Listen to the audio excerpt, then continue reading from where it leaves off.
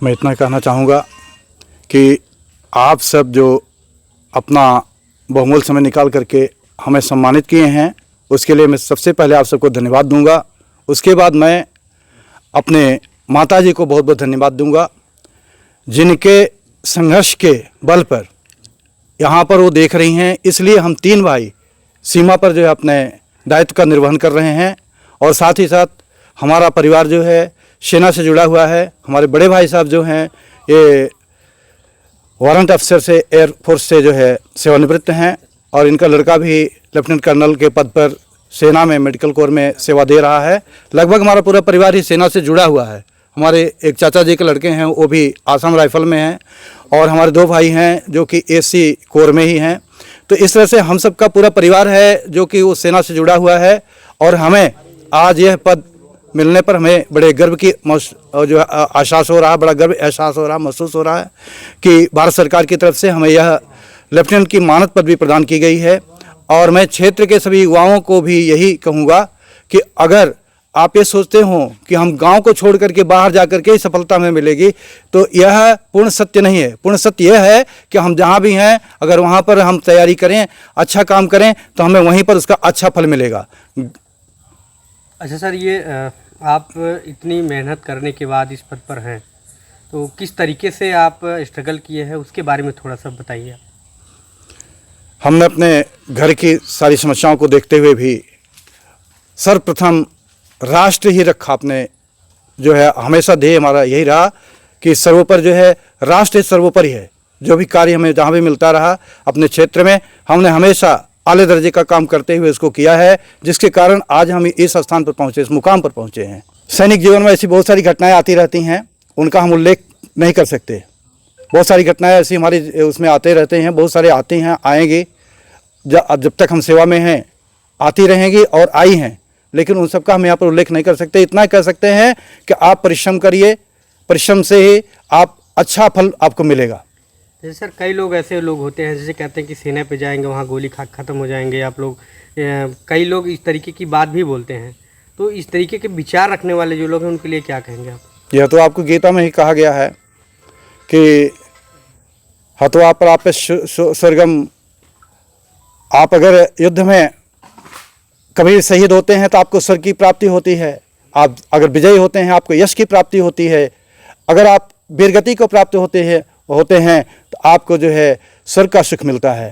तो इसमें तो दोनों हाथ में लड्डू है, और इस चीज़ से कभी एक सैनिक डरता नहीं। हमारा भारतीय सैनिक जो है कभी भी इस चीज़ से नहीं डरता। भारतीय सैनिक इसमें जो है वो काल के ऊपर भी अपना पैर रख करके आगे बढ़ता है।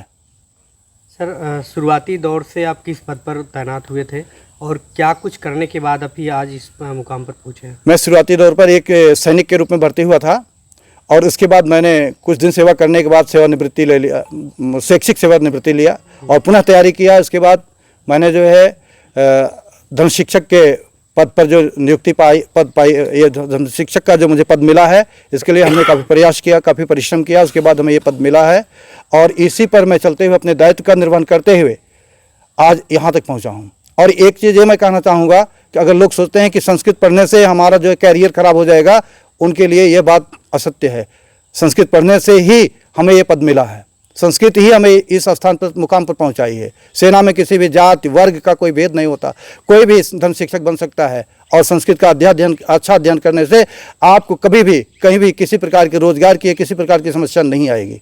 सैनिक के जीवन में हमेशा ऐसी परिस्थितियाँ आती रहती है। हमारा जो देश है यह ऐसा है कि इसमें हमें कभी रेत में भी तपना पड़ता है, तो कभी जो हमें हिम में भी गलना पड़ता है। तो हम उस हिसाब से अपने शरीर को तैयार रखते हैं, और हमारा मनोबल, हमारा काम हमारे साथ रहता है। साथ ही साथ हमारी सरकार द्वारा दी गई जो व्यवस्थाएं हैं वो साथ में रहती हैं। इसके अलावा तो संघर्ष तो है ही, लेकिन एक सैनिक कभी संघर्ष से पीछे नहीं हटता। वह कौन सी जगह है जहाँ पे आप ज़्यादा समय तक ड्यूटी दिए हो? हम ज़्यादा समय जो है अपना हाई एल्टीट्यूड और उसमें जो है अपना क्षेत्र सीमावर्ती क्षेत्र में दिए हैं, लेकिन वहाँ पर भी सेना का मनोबल जब कभी गिरता नहीं है। सेना जो है अपने लक्ष्य पर रहती है, क्योंकि हम जाग रहे हैं इसलिए आप लोग सुरक्षित हैं। तो अगर आप सो रहे हैं तो अगर हम भी सो जाएंगे तो ये राष्ट्र जो है सुरक्षित नहीं रहेगा। इसलिए हम अपने ड्यूटी को पूरी अच्छी तरह से निभाते हैं कि हमारा राष्ट्र सुरक्षित रहे। हम जग रहे हैं। हमें विश्वास दिलाना चाहते हैं पूरे राष्ट्र को कि हम जग रहे हैं, पूरी तरह से हम सक्षम हैं, अपनी ड्यूटी को कर रहे हैं। इसलिए आप निर्भीक होकर के अपना काम करें और सभी स्वस्थ रहें, प्रसन्न रहें, अपने परिवार के साथ सभी त्यौहार मनाएं। ईद है, होली है, जो भी है, दिवाली है, आप सब मनाइए। हम सब इसके लिए अपने दायित्व का निर्वहन कर रहे हैं। आप सदैव खुश रहें, आप सुरक्षित रहें। इसलिए जो अभी युवा लगातार तैयारी कर रहे हैं, जो पहली बार फर्स्ट अटेम्प्ट में फेल हुए हैं, सेकंड अटेम्प्ट जो है लगातार वो अपने जो है कि लगातार लगे हुए हैं, तो उनके लिए क्या कुछ कहेंगे आप? उनके लिए है अब्राहम लिंकन ने एक संदेश दिया था कि hard work, hard work, hard work, परिश्रम, परिश्रम, परिश्रम। तो युवा के लिए यही है, और अगर उसका लक्ष्य होगा और परिश्रम करेगा, कभी भी वह पीछे नहीं हटेगा। उसको मिलना ही मिलना है उसका स्थान। मैं इंजीनियरिंग अपॉइंटमेंट पर पद पर जो है, मैं सेना में, वायुसेना में वारंट ऑफिसर था और फाइटर एयरक्राफ्ट, लड़ाकू विमान जगुआर में ज़्यादा समय तक रहा।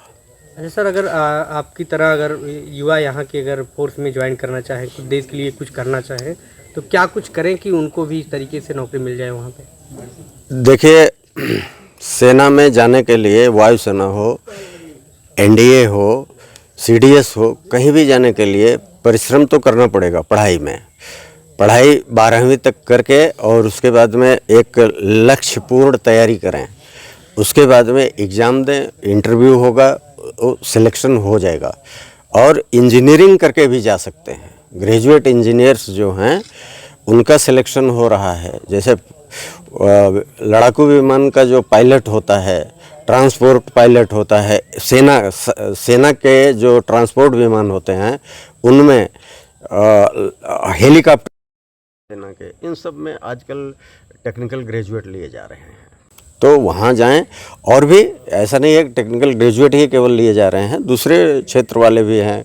कॉमर्स वाले हो गए, अकाउंट्स में जाते हैं, मेडिकल करके जो डिग्री कर चुके हैं, एमबीबीएस कर चुके हैं, वो भी जा सकते हैं। डायरेक्ट अपॉइंटमेंट होगा। उसके बाद में जो एमएस एमडी कर चुके हैं वो भी जा सकते हैं सेना में। बशर्ते कि एक ही शर्त है कि मेडिकल फिटनेस ज़रूरी है। मेडिकल फिटनेस नहीं होगी तो सेना का उद्देश्य नहीं पूरा होगा आपको लेकर के, और उसके लिए मेडिकल फिटनेस आवश्यक है।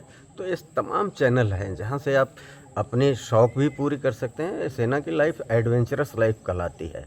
ये जो सारे कठिनाइयाँ अशोक जी ने व्यक्त की है, वो केवल यही नहीं है कि हम डर करके उनसे छोड़ दें और भाग जाएं। वो चुनौतीपूर्ण जीवन जीने के लिए आपके अंदर उस तरह का साहस अपने आप पैदा हो जाएगा। ये होती है सेना। और उस तरह से वहाँ वातावरण बनाया जाता है कि आप इन चीज़ों को सामना करें, न कि उनसे डर पैदा हो आपके मन में। उदाहरण के तौर पर कभी एक लड़ाकू विमान गिर गया अगर, इसका मतलब नहीं है अब लड़ाकू विमान उड़ेंगे नहीं, पायलट नहीं रहेगा। तो उस समय हमें ज़्यादा ये सिखाया जाता है कि आप जो है, आपका जो उत्साह है वो कम न हो जाए। तो ये सारी चीज़ें वहाँ की अपनी जीवन प्रणाली है। इसके बारे में क्या कहें, लेकिन हाँ, निश्चित रूप से यदि आपके अंदर शौक़ है, यदि आप जाना चाहते हैं सैन्य सेवा में, तो तमाम रास्ते हैं, उसके माध्यम से जा सकते हैं। सर, आपके अलावा और कितने लोग जो है देश की सेवा दे रहे हैं और कितने लोग दे चुके हैं परिवार में? आप मेरे परिवार में मैं पहला आदमी था जो गया वहाँ। दूसरे में अशोक गए, फिर हमारे एक चाचा के लड़के हैं, फिर इनके दोनों और भाई भी गए। उसके बाद एक चाचा और हैं, तो उनके भी एक लड़के हैं असम राइफल्स में, वो हैं। और मेरे खुद के जो बड़े बेटे हैं लेफ्टिनेंट कर्नल मधुकर उपाध्याय, वो हैं सर्जिकल ऑन्कोलॉजिस्ट हैं, ईएनटी सर्जन हैं और head and neck cancer surgeon है इस समय। वो इस समय यहाँ पर कमांड हॉस्पिटल चंडीगढ़ में पोस्टेड हैं।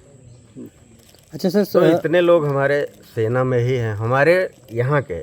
अच्छा, मुझे और भी गर्व होता है, मेरे गांव में अगर आप देखेंगे तो जिस घर की तरफ उंगली उठाएंगे वहीं से एक आदमी सेना में है। ये आपको बताता हूँ, जिधर भी उंगली उठा, वो घर देखिए, वहाँ से भी एक आदमी सेना में, कहाँ गए, यहीं तो बैठे थे। उधर से जाएंगे आप, इधर जाएंगे, उधर जाए, हर घर में लगभग मिल जाएंगे, समझ रहे हैं। अच्छा सर, कोई ऐसा कोई मौका आया हो जब आपको लगा हो कि ये बात अपने घर पर या गांव के कुछ युवाओं को बताने पे उनके अंदर जोश आएगा, ऐसा कोई घटना घटी हो आपके साथ, साझा करना चाहें आप?